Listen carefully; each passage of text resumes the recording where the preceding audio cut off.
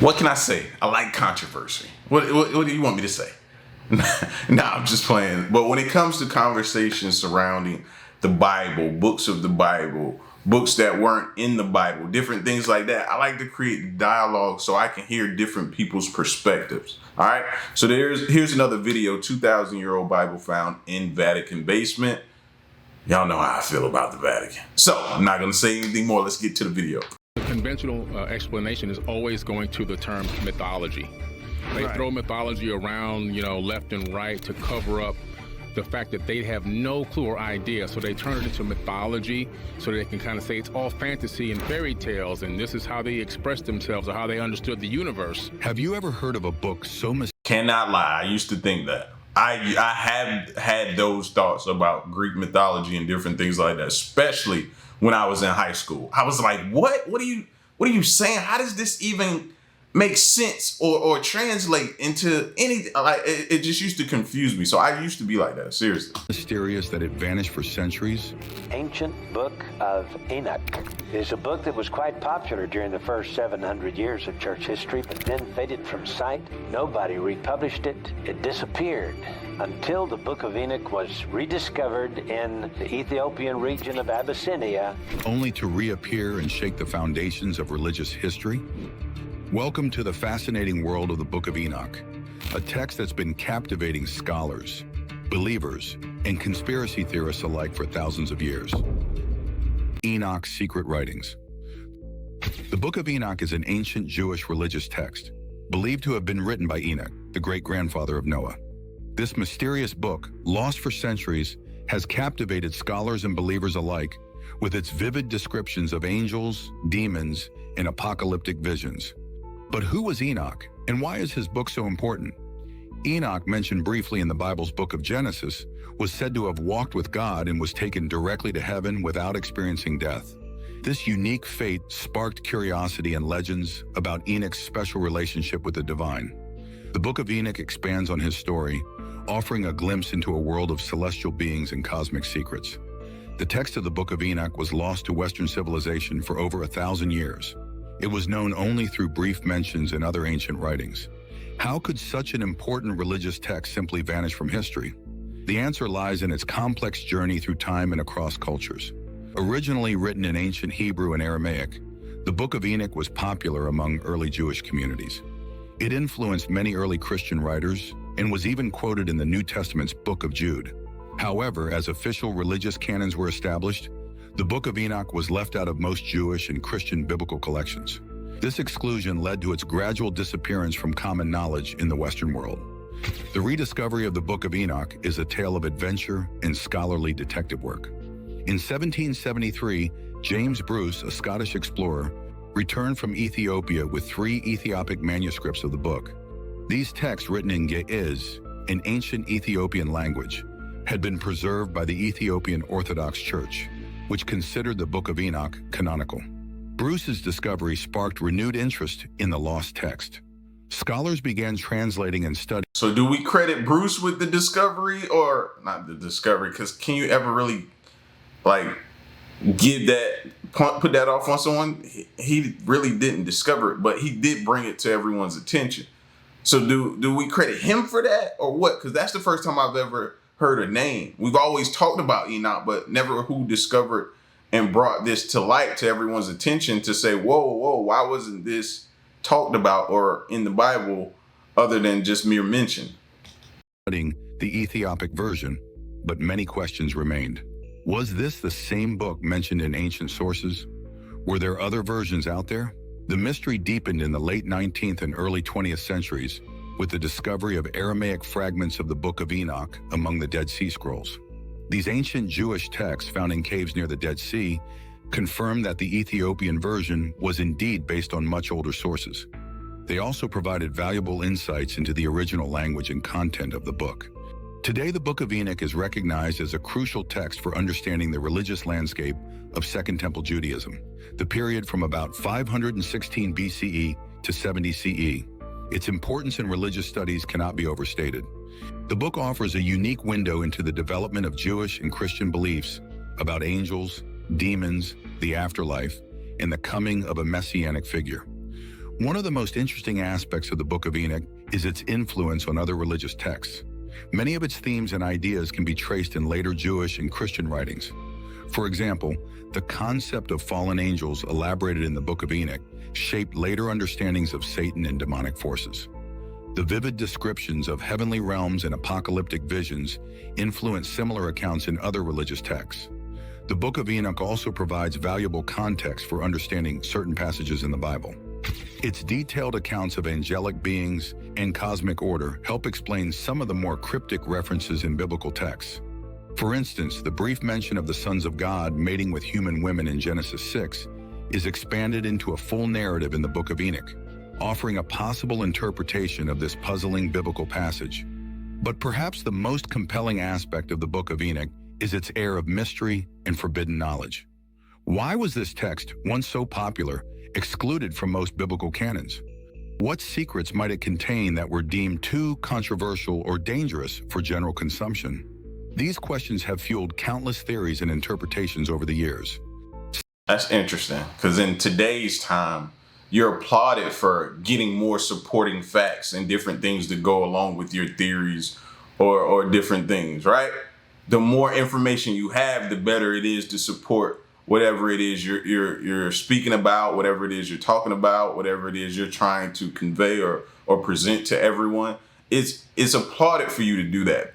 But when it comes to that, it's like, and in this situation, it's like, no. Because that's what they just stated Enoch did. He went in depth about what happened. So to me, that's more support, more supporting facts and information and evidence, right? Some see the Book of Enoch as a key to understanding hidden spiritual truths, while others view it as an important historical document that sheds light on ancient religious beliefs. Regardless of one's perspective, the Book of Enoch continues to fascinate and challenge readers with its enigmatic content. The text also introduces us to the Watchers, a group of angels who play a central role in the book's narrative. But who exactly were these Watchers, and what was their significance in the grand scheme of Enoch's revelations? Angels and demons, the heavenly drama. The Watchers, also known as the Sons of God or the Sons of Heaven, were angelic beings tasked with observing humanity. According to the Book of Enoch, there were 200 of these angels, led by 20 captains. Their names, such as Simjaza, Azazel, and Sariel, evoke a sense of otherworldly power and mystery. Captivated by the beauty of human women, the Watchers chose to descend to Earth and take these women as wives. This act of rebellion against the natural order had far-reaching consequences. The offspring of these unions between Watchers and humans were the Nephilim, giant beings of tremendous strength and appetite. The Book of Enoch describes these creatures as voracious consumers who eventually turned to cannibalism when Earth's resources could no longer sustain them. Their presence on Earth brought chaos and destruction, disrupting the balance of nature in human society. But the Watchers' transgressions didn't stop at procreation. The Book of Enoch tells us that they also shared forbidden knowledge with humanity. Azazel, one of the leaders, taught humans the arts of metallurgy and weaponry. Other Watchers introduced cosmetics, jewelry making, astrology, and even magic. This transfer of celestial knowledge to humans was seen as a grave violation of divine order. The actions of the Watchers and the havoc wreaked by the Nephilim eventually drew divine intervention. The archangels Michael, Gabriel, Raphael, and Uriel approached God with the cries of suffering humanity. In response, God sent these archangels to enact judgment on the Watchers and their offspring. The punishment of the Watchers is described in vivid detail. Azazel was bound hand and foot and cast into darkness, buried beneath jagged rocks in the desert. The other Watchers were imprisoned within the earth, condemned to await final judgment at the end of time. Their giant offspring, the Nephilim, were destroyed in a great flood, an event that some scholars connect to the biblical flood story. This account of the Watchers' fall introduces us to a complex hierarchy of celestial beings. Beyond the rebellious Watchers, we encounter archangels who serve as God's messengers and agents of divine justice. Now, with the Nephilim being taken out by the flood, right? The interesting part of that is, what's one of the places that we have yet to discover a lot of it? You know what I mean? Or let me rephrase it. What haven't we discovered much of this? Probably about 3% of it, or 7%, or 5%, whatever it is, of it has been discovered. The ocean, right? So we've hunted for giants. We've seen several videos where, we've discovered giants in different places and things like that. Even have a few overseas in like a museum to show people. But where do you think we haven't looked that we could find answer to some of these questions that we have, or answers to support what's taking place here? In the ocean. In the ocean. The more we discover the ocean, we may come across some of the Nephilim. If we do, that'll support. Ooh, man. The Book of Enoch expands on traditional angelology, describing various classes of angels with specific roles and characteristics. For instance, the text speaks of the cherubim, seraphim, and aphanim as guardians of God's throne. It describes angels responsible for natural phenomena like thunder and lightning, and others tasked with guiding the movements of stars and planets. This rich angelic lore would go on to influence later Jewish and Christian angelology. But what about demons? The Book of Enoch provides a unique perspective on the origin of these malevolent spirits. According to the text, when the Nephilim were destroyed, their disembodied spirits remained on earth as demons. These entities, born from the illicit union of angels and humans, were neither fully celestial nor fully terrestrial. Cursed to roam the earth without physical form, they became a source of temptation and torment for humanity. This origin story for demons differs significantly from later traditions that associate demons primarily with fallen angels.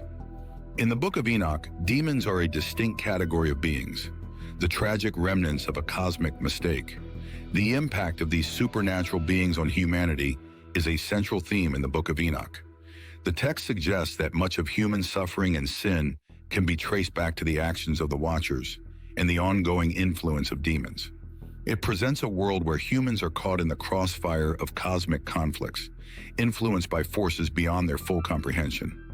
Yet the Book of Enoch doesn't portray humans as mere pawns in this celestial drama. It emphasizes human free will and the importance of righteous behavior in the face of supernatural temptation. Enoch himself serves as an example of a human who, through his righteousness, was able to transcend earthly limitations and commune with celestial beings. The supernatural worldview presented in the Book of Enoch raises profound questions about the nature of good and evil, free will, and the relationship between the divine and the human. If angels could rebel against God, what does this say about the concept of free will in the spiritual realm? And if humans can be influenced by both angelic and demonic forces, how does this affect our understanding of moral responsibility? These questions have puzzled theologians, philosophers, and ordinary readers for centuries. The Book of Enoch's vivid depictions of angels, demons, and cosmic warfare have left an indelible mark on religious and cultural imagination. Its influence can be seen in later apocalyptic literature, mystical traditions, and even modern popular culture. But the Book of Enoch offers more than just a dramatic story of celestial beings and cosmic conflicts. It also presents a series of prophetic visions and revelations granted to Enoch during his heavenly journeys. What secrets of the universe did Enoch uncover in his cosmic travels? And how did these visions shape his understanding of the future? Visions of the future. Enoch's journey through the celestial realms is one of the most captivating aspects of the Book of Enoch. Unlike many biblical figures, Enoch is granted a comprehensive tour of the heavens, witnessing sights that no mortal had seen before. His cosmic travels take him through multiple heavens, each with its own wonders and revelations. In the first heaven, Enoch encounters the storehouses of snow and dew, guarded by angels. The second heaven holds imprisoned angels awaiting judgment. The third heaven contains both paradise, a place of incredible beauty for the righteous, and a place of terrible punishment for sinners. As Enoch ascends higher, he witnesses increasingly profound and mysterious sights. One of the most striking visions occurs in the seventh heaven, where Enoch sees the throne of God. He describes it as made of fire, with wheels of burning flame. Around the throne are the seraphim, cherubim, and aphanim, singing praises without ceasing. This vision of God's throne, with its fiery imagery and angelic choirs, would influence later apocalyptic and mystical literature. But Enoch's journey isn't limited to the heavens. He also travels to the edges of the earth, witnessing the pillars that support the sky and the places where the heavenly luminaries rise and set. He sees the storehouses of the winds and the cornerstone of the earth. These cosmological visions present a unique view of the universe's structure, blending ancient Near Eastern cosmology with divine revelation. Hearing this just makes me think it's so much more. And I'm only experiencing, I don't know, just a small, tiny little portion of this planet, of this world, of this universe, of everything, you know? And it's scary. At the same time, it's like, but you ready to go to the next phase when it's your time. You do right. You do everything you're supposed to. You do right by people, you know, and experience, you know, the paradise. I want my elevator to stop on paradise before it goes to take me wherever else it's got. I want to experience that paradise that was talked about, you know, and the hope of one day running into loved ones that you lost and you missed. For me, it's a mom. For you, it may be a brother, sister, another family member, a spouse, or something like that. You know, just hearing what it's like sometimes just makes you wonder what it's like, what is the experience gonna be like. Just think about it, dream about it, all of that type of stuff. And every time I hear it. One of the most enigmatic locations Enoch visits is the place of final judgment. Here he sees a chaotic and terrible place where the fallen angels are imprisoned. This vision of divine justice and cosmic order reinforces the book's themes of righteousness and judgment. Throughout his journeys, Enoch is guided by angels who explain the significance of what he sees. These angelic interpreters play a crucial role, translating the cosmic mysteries into terms Enoch can understand. They reveal to him the names of stars, the workings of celestial bodies, and the fates of both the righteous and the wicked.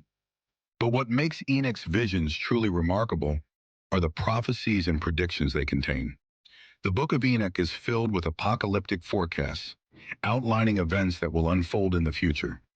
These prophecies cover a vast span of time, from Enoch's own era to the final judgment at the end of days.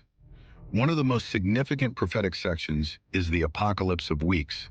This passage divides world history into 10 weeks, each representing a period of time.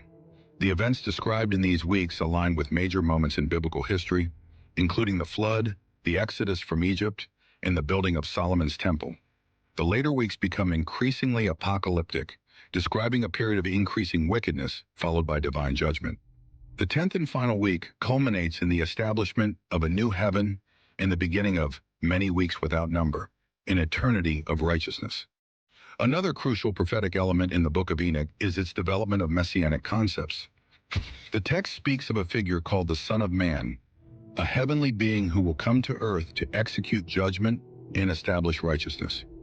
This Son of Man is described as existing before creation, chosen by God to fulfill a special purpose.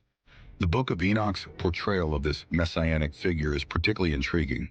It blends characteristics of a heavenly, pre-existent being with those of an earthly judge and savior. This complex depiction would have a significant influence on later messianic expectations in both Judaism and Christianity. But what did these visions and prophecies mean for Enoch himself? How did they transform his understanding of the cosmos and humanity's place within it? The text suggests that Enoch's cosmic journey profoundly changed him. After witnessing the glories of heaven and the terrors of divine judgment, Enoch returns to earth with a mission. He becomes a preacher of righteousness, warning his children and grandchildren about the importance of living justly in the face of coming judgment. Enoch's message is urgent and uncompromising. He speaks of a great judgment that will come upon the world, where the actions of every individual will be weighed. The righteous will be rewarded with blessings, while the wicked will face severe punishment. This emphasis on individual moral responsibility is a key theme throughout the book.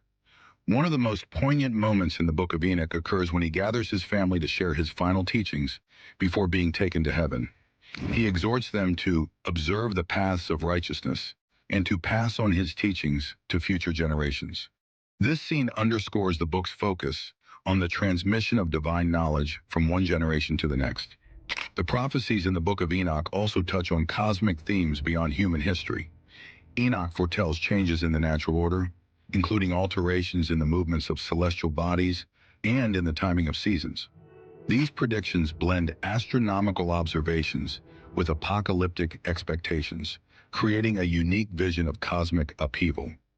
One particularly intriguing prophecy speaks of a time when sinners shall be delivered into the hands of the righteous. This reversal of fortunes, where the oppressed become the judges of their oppressors, is a common theme in apocalyptic literature. In the Book of Enoch, it's presented as part of a grand cosmic rebalancing where divine justice finally prevails over earthly injustice. The Book of Enoch's visions of the future also include detailed descriptions of the afterlife. Enoch sees the places where souls await judgment, including separate areas for the righteous and the wicked. These vivid portrayals of post-mortem existence would influence later Jewish and Christian concepts of heaven, hell, and purgatory. Perhaps the most powerful aspect of Enoch's visions is how they connect the cosmic and the personal. While describing grand universe-spanning events, the book never loses sight of individual human choice and responsibility. It presents a worldview where every action has cosmic significance and where personal righteousness is intimately connected to the fate of the entire world. The prophecies and visions in the Book of Enoch paint a complex picture of the future, blending hope and judgment, cosmic upheaval, and divine order. They offer a unique perspective on human history and destiny, seen through the eyes of a man who walked between the earthly and the divine. But how have these ancient visions and prophecies been received over time? What impact has the Book of Enoch had on religious thought and practice? And how is it viewed in the modern world?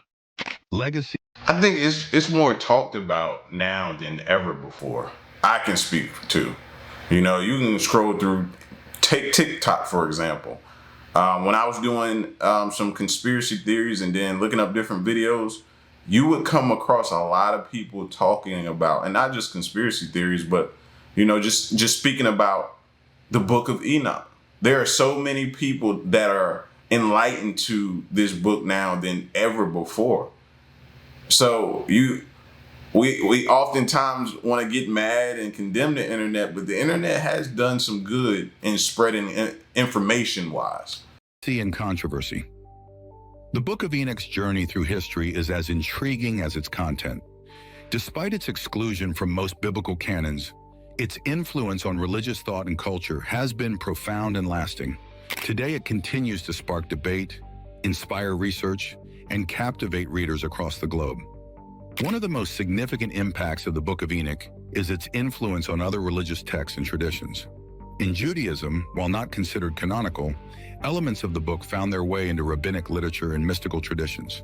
The concept of fallen angels and the expanded stories of antediluvian or pre-flood history shaped Jewish folklore and theological discussions for centuries. In Christianity, the Book of Enoch's influence is even more pronounced, or its detailed descriptions of the heavenly realm, which some felt bordered on revealing divine secrets. The book's exclusion from the canon, however, didn't end its influence. It continued to circulate in various forms, often incorporated into other pseudepigraphical works or referenced in religious commentaries.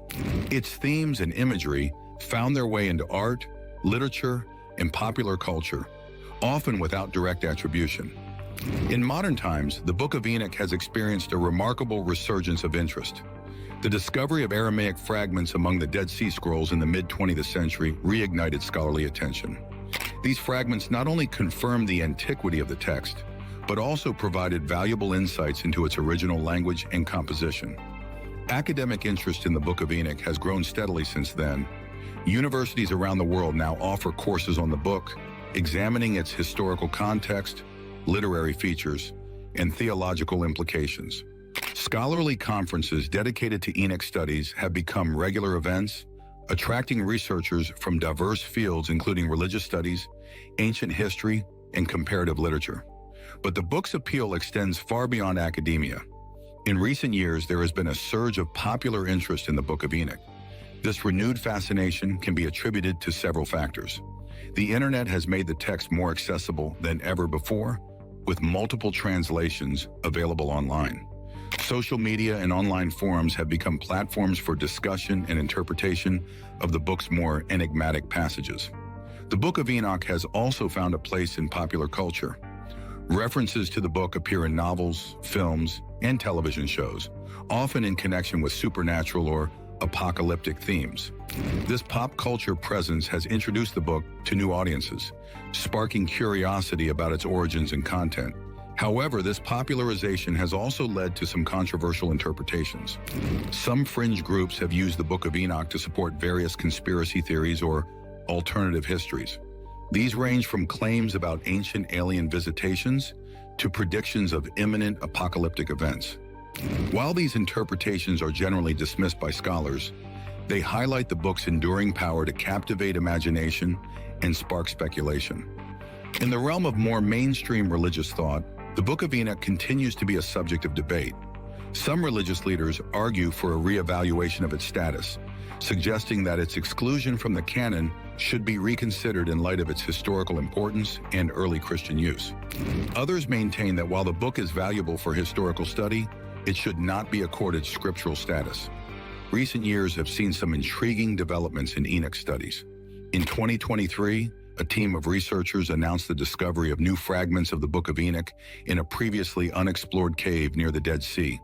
While the authenticity and significance of these fragments are still being evaluated, the find has reignited discussions about the text's origins and transmission. Another recent trend is the application of digital humanities techniques to the study of the Book of Enoch. Scholars are using advanced textual analysis software to compare different versions of the text, track its evolution over time, and identify potential sources or influences. This digital approach is yielding new insights into the book's composition and reception history. The Book of Enoch has also become a focus of interfaith dialogue. Its presence in Ethiopian Orthodox canon, its historical importance in Judaism, and its influence on early Christianity make it a unique point of connection between different religious traditions.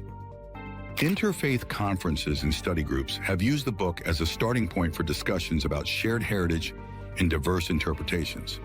But perhaps the most profound question raised by the Book of Enoch's legacy is this: what does its enduring appeal say about human nature and our quest for understanding? Why does this ancient text continue to resonate with readers across cultures and centuries? The answers may lie in the book's unique blend of cosmic drama and personal morality, its vivid imagery and profound spiritual insights. It speaks to fundamental human questions about good and evil, justice and mercy, the seen and the unseen. In a world that often seems chaotic and unpredictable, the Book of Enoch offers a vision of cosmic order and ultimate justice. As we continue to grapple with the Book of Enoch's legacy, one thing is clear: this ancient text has lost none of its power to provoke thought, inspire imagination, and challenge our understanding of the world. In light of the Book of Enoch's complex history and ongoing influence, how will our understanding of religious texts evolve?